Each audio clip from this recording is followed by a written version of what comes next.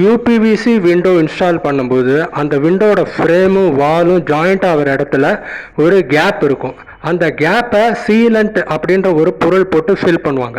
இந்த சீலண்ட் எதுக்காக பயன்படுத்துகிறாங்க அப்படின்னா, ஒரு நீர் புகாத காற்று புகாத அடைப்பை ஏற்படுத்துவதற்காக தான். அதாவது water tight air tight seal create பண்ணுறதுக்காக.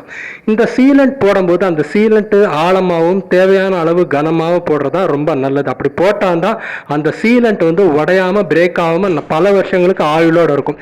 இல்லை சீலண்ட்டை சரியாக போடலை அப்படின்னா அது சீக்கிரமாக பிரேக் ஆகிடும். இந்த மழை வெயிலுக்கெல்லாம் சீக்கிரமாக பிரேக் ஆகிடும். அப்புறம் மழை காலத்தில் தண்ணி உள்ளே வரலாம், அப்புறம் காற்று உள்ளே அது வழியாக லீக் ஆகலாம். இப்படி காற்று லீக் ஆகும்போது என்ன ஆகும் அப்படின்னா, நீங்கள் ஏசி போடுறீங்கன்னா ஏசி கூல் ஆகிறதுக்கு கொஞ்சம் டைம் எடுக்கலாம்.